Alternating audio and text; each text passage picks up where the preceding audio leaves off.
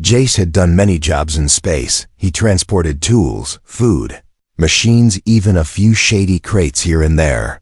But nothing felt strange like this new job. A man in a dark coat paid him double and told him, "Don't open the cargo. Just get it to a far-off moon, and don't ask questions." Jace's ship, the Rusty Star, was old but still flying. He flew through empty space, far from busy routes. The crates sat silent in the cargo bay. They were big, sealed tight, and gave off a cold feeling. His gut told him something was off, but credits were credits, and he needed them. Then, on the third day, he heard something, a soft knock, like a hand tapping metal. He stopped and listened. Another knock, then a soft cry. "What the hell?" He muttered, walking to the cargo hold. The noise was coming from the biggest crate. He placed his hand on the lid. It was cold as ice. He hesitated, then grabbed a tool and cracked it open. What he saw made his heart stop. Inside was a girl. Not human. Her skin was pale blue, her arms thin and weak. She had bruises on her face and chains on her wrists. Her eyes were large and full of fear. She tried to speak but only coughed. Jace pulled back, shocked. "Slaves?" he whispered. "You've got to be kidding me." He rushed to the next crate and opened it too. Another alien girl was inside, curled up, shaking. She looked even younger, maybe a child. A third crate held two more girls, barely conscious. They weren't cargo. They were living beings, and he was transporting them like boxes. Jace backed away, heart pounding. He didn't sign up for this. This was human trafficking or worse. He had become a smuggler without knowing it. He returned to the cockpit, panicking. Should I call the authorities? He thought. But what if they thought he was the one who captured them? He had no proof. He didn't know, and the man who paid him was long gone. Then a red light flashed on the screen. Incoming signal detected.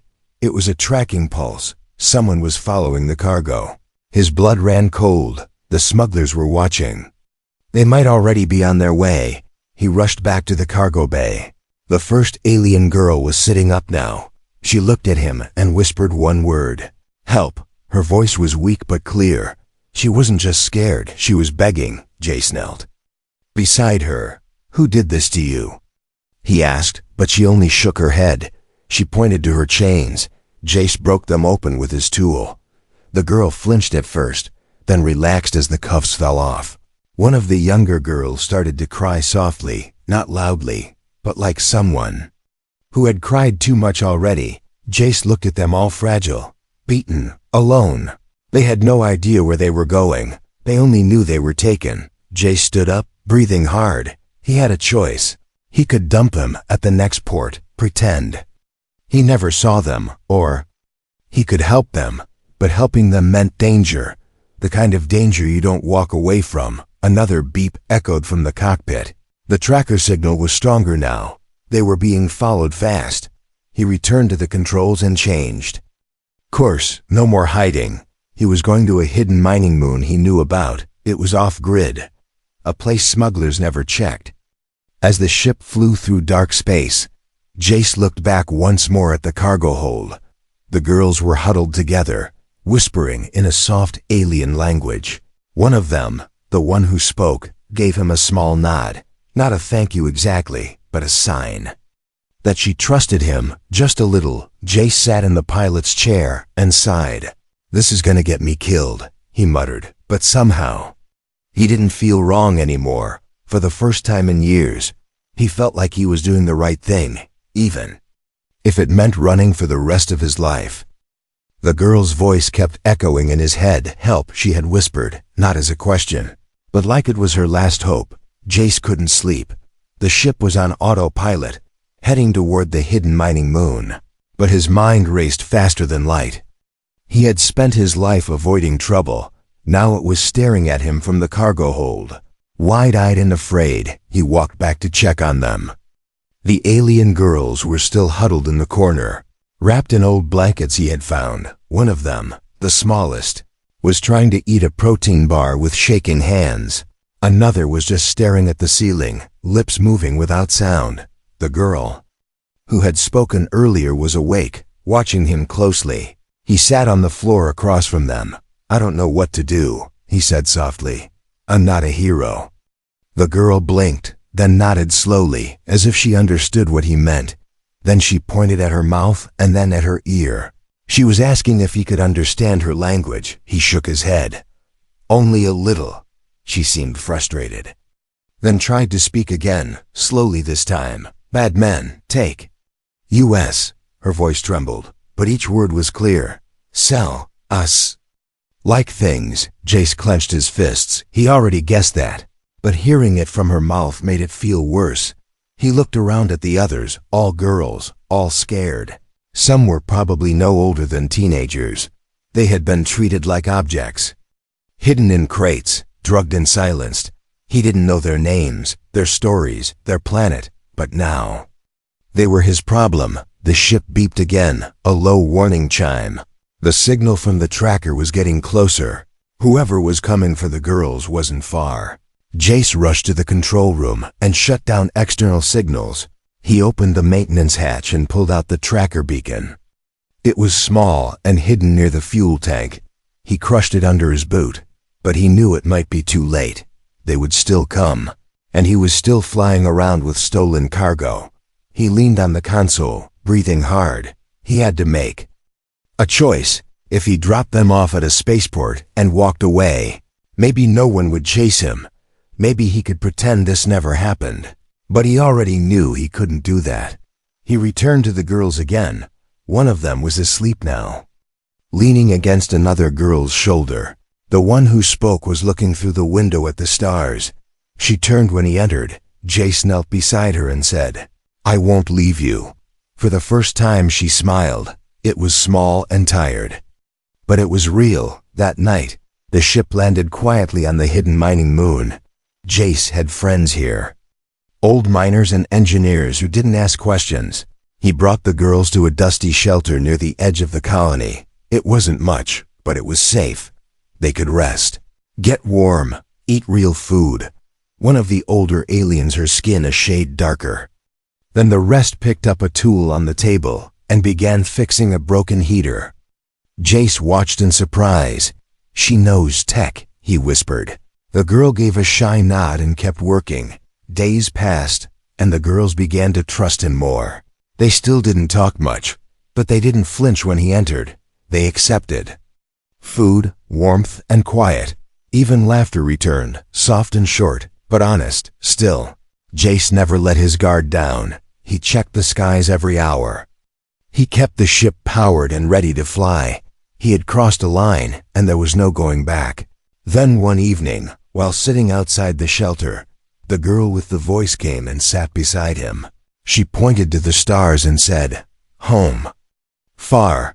Her eyes became wet, but no tears fell. Jace looked at her and said, "We'll find it."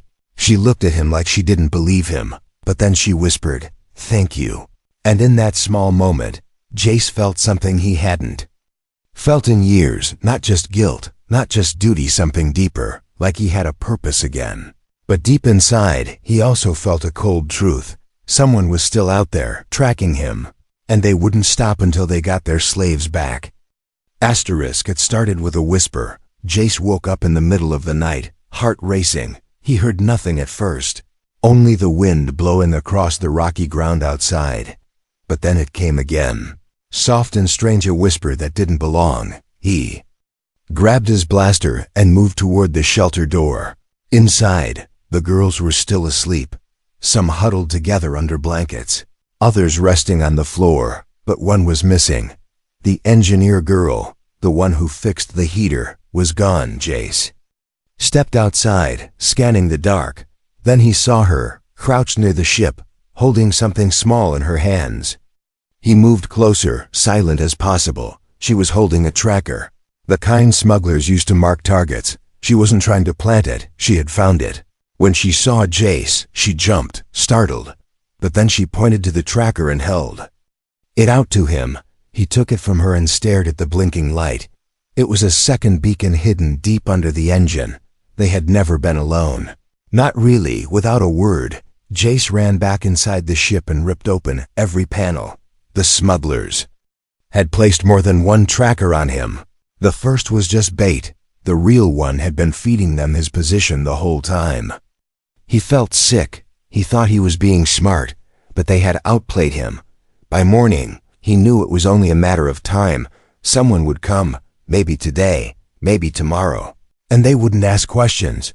They'd shoot first and take what they wanted. He needed help, but help was hard to find when you were hiding criminals, even innocent ones.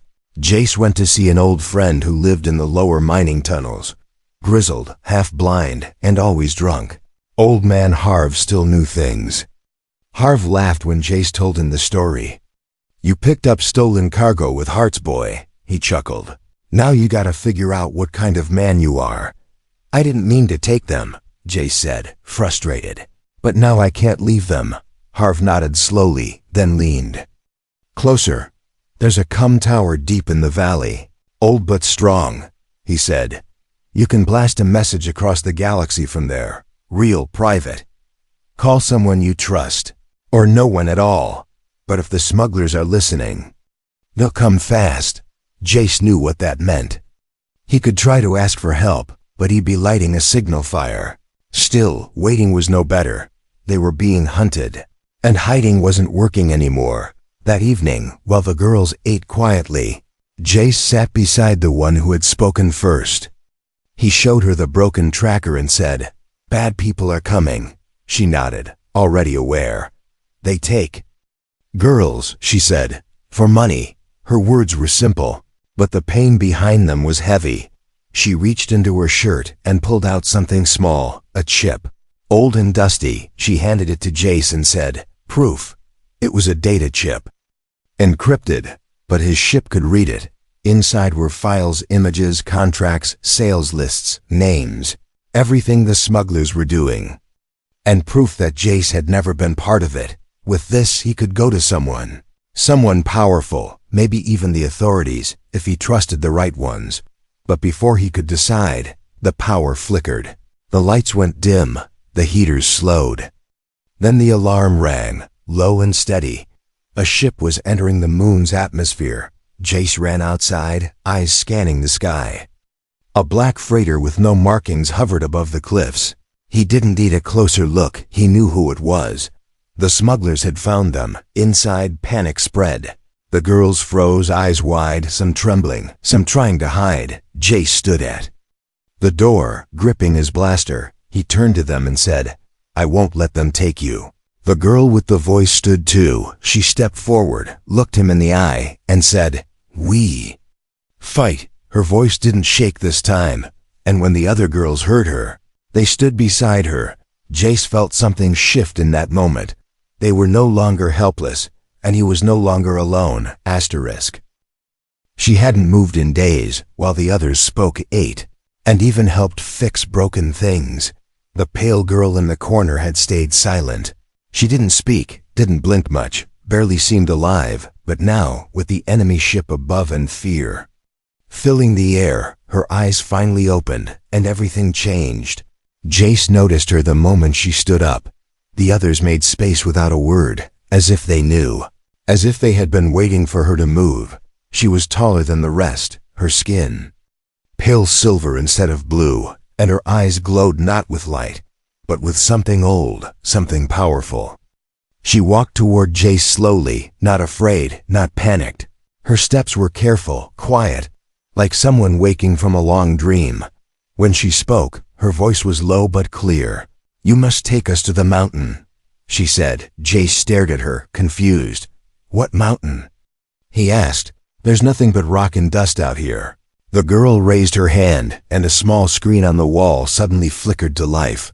It wasn't connected to power anymore. No wires, no batteries, yet it turned on. The others stared, wide-eyed. "She can control tech," the engineer girl whispered. Jace stepped back, unsure whether to be amazed or terrified.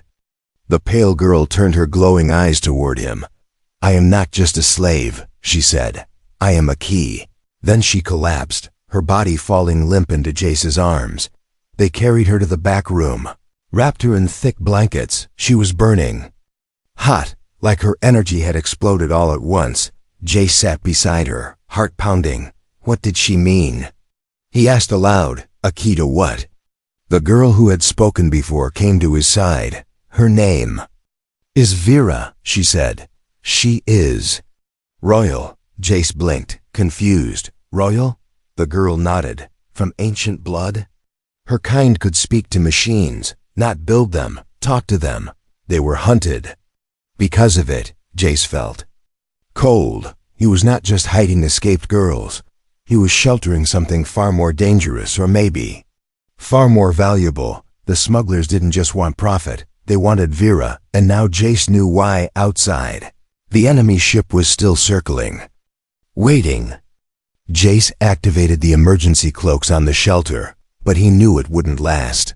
The smugglers would send scouts, and if they found Vera, they'd take her and kill the rest. Jace called his friend Harv again. There's something you didn't tell me, he said. Is there really a mountain out here? Harv was quiet for a long time, then whispered, there's a buried site, old tech. Locked for centuries. Locals say only certain blood can open it. Jace didn't need to hear more. He looked at Vera, barely breathing, and felt a new kind of fear. This wasn't just about escape anymore. It was about something much bigger. That night, while the others slept, Jace packed the supplies. He prepared the crawler vehicle stored under the ship, silent and fast. They would leave before sunrise, head toward the place no one dared go. When he turned to Vera's bed, he found her already awake. She looked weak, but she nodded, as if she had heard everything. We go, she whispered, before it wakes. Jace didn't know what it was, but her words chilled him more than the cold air outside. As the stars dimmed and dawn crept over the rocky land, the crawler rolled out from the shelter. Silent as a shadow, the girls sat inside, holding onto each other, and Vera sat in the front, eyes closed, lips moving softly in a strange language. Jace kept his hand near his blaster, not because he didn't trust her, but because the world she came from was far more dangerous than he had ever imagined. Somewhere behind them, the smugglers were searching. Somewhere ahead, a secret mountain waited to be opened, and in the middle of it all, a human man and a half-dead alien girl were driving towards something that might change the galaxy, or destroy it. Asterisk. The knock came from inside the crawler, not loud, not fast, just two soft taps against the metal wall. Jace turned his head sharply. Hand already on his blaster, everyone else was asleep, including Vera, who lay curled in the corner like a fragile statue. But someone was awake, and they weren't supposed to be moving. He walked slowly toward the rear compartment. His boots made no sound on the soft rubber floor. The dim lights flickered, as if nervous. He stopped near the storage door and listened. Silence, then a soft beep, the kind only smugglers used, a communication. Pulse short, coded, and hidden. Jace yanked the door open, gun raised. One of the alien girls stood there, frozen in shock. In her hand was a small device, sleek, black, still warm. She dropped it as if it burned her, eyes wide with guilt. Why? Jace asked, not shouting, not angry, just tired. She didn't answer. Her lips trembled. The others had awakened now, eyes staring from behind blankets. The girl looked at them, then looked down in shame. They told me I'd be free, she said finally. They said if I helped, I could go home. Jace picked up the device, crushing it with one squeeze. He didn't need it to understand. She had given away their location. The smugglers knew exactly where they were, and they were coming. They had no time left. The crawler shook slightly, as if even the ground knew what was coming. Outside, dust began to rise along the horizon, fast, wide, and heavy. It wasn't wind. It was ships. Jace grabbed his pack and tossed weapons to the older girls. Didn't have enough for everyone, but it didn't matter. They weren't soldiers. They were survivors. Vera stood up slowly, her glow weaker than before. She looked at the traitor girl, but said nothing. There was no time for hate, only survival. The smuggler's first shot hit the ground 20 meters away. A warning, or maybe just a miss. Either way, the air exploded with dust and heat. The girls screamed and ducked. Jace threw himself over the youngest one. Another blast followed, this one closer. He dragged the group toward a narrow rock crevice nearby. It wasn't shelter, but it would make targeting harder. Blaster fire lit up the sky like angry stars. The smugglers were serious. They wanted the girls back, and they didn't care who they had to kill. Jace returned fire when he could, ducking and dodging. One of the older girls helped reload his blaster with shaky hands. The engineer girl was trying to power up a jammer unit they had stolen from the crawler's guts. She's slowing their targeting systems. Jace muttered, "Smart kid," but it wouldn't be enough. Not against trained hunters, not without help. Then Vera stepped forward, eyes glowing brighter than ever before. She raised her hands and touched the cliff wall. It hummed, then cracked open slightly, not enough to enter, but enough to shake. The smugglers paused, confused. Then one of their scout bots moved closer. Scanning Vera, Vera turned to Jace and whispered, "Buy me time." Jace nodded without thinking. He and two girls rushed out with cover fire, blasting at anything that moved. The smugglers were not used to being pushed back, but they were not ready for desperation behind the fire and smoke. Vera placed both hands on the stone. She began to chant in her native tongue, low, rhythmic, ancient. The cliff began to glow in patterns that had been asleep for centuries. The ground shook, not from weapons, but from something deeper. The mountain was waking up. A sudden scream tore through the air. One of the smugglers had flanked their position. He grabbed the youngest girl and aimed a gun at her head. Jace froze, his weapon pointed, heart pounding. But before he could act, a beam of light shot from the mountain wall. It hit the smuggler directly, turning him to ash. Everyone fell silent. Vera collapsed. Her energy drained completely. Jace ran to her, holding her limp body in his arms. She had given everything to awaken the ancient defense system, and now the mountain was alive, but so were the smugglers, and they were not done. ***.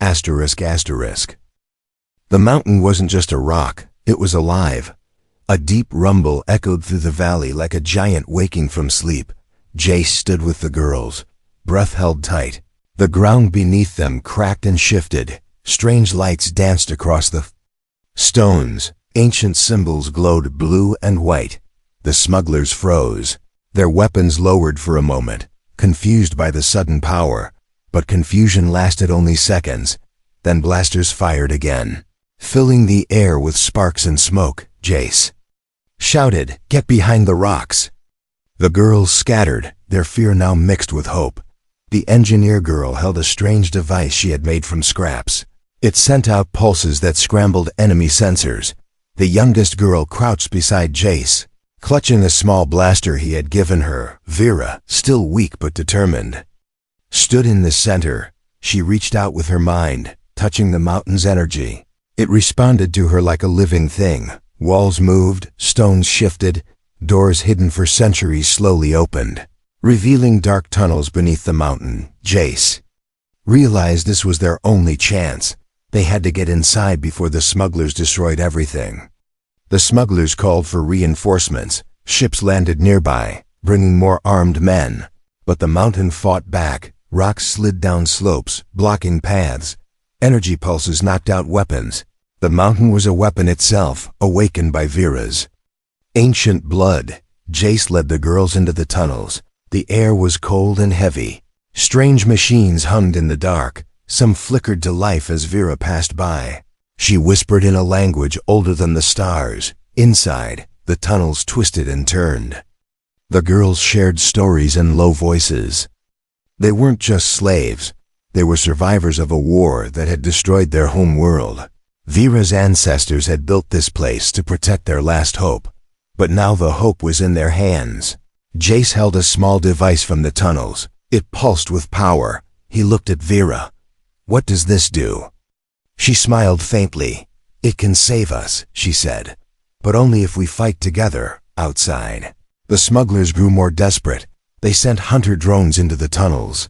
Metal creatures with glowing eyes and sharp claws. Jace and the girls fought bravely, using blasters and traps made from old tech. The engineer girl hacked drones, turning some against their own. Hours passed like minutes. The battle was fierce. and many were hurt. But slowly, they pushed deeper into the mountain, where the true power waited. Finally, they reached a huge chamber. At its center stood a glowing orb. It pulsed with light and energy. Vera stepped forward, touching the orb. With both hands, her eyes shone with blue fire. The orb's power spread through her. She grew stronger, more alive. Her chains were gone. She was no longer just a girl. She was a warrior queen reborn.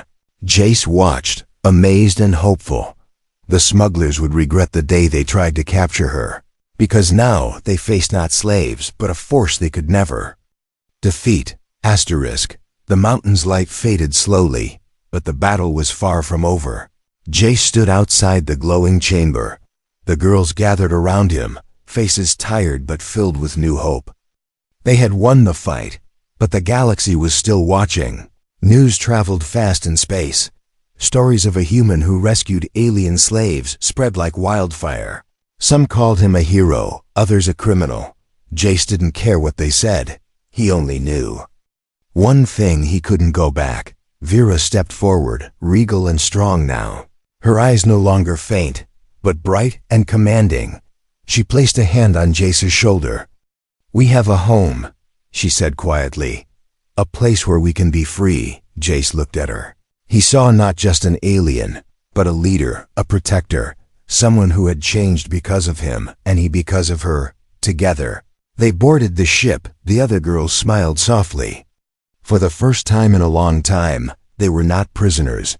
They were family, as the stars stretched out before them. Jace set the coordinates for the hidden planet, a place of peace and secrets, but also danger, because freedom always came with a price, and the smugglers would not forget. They would hunt them across the stars. But Jace was ready. With the girls beside him, he would fight for their future. The galaxy was vast and cruel, but together they were stronger. The stolen slaves had become warriors, and a human had become their captain.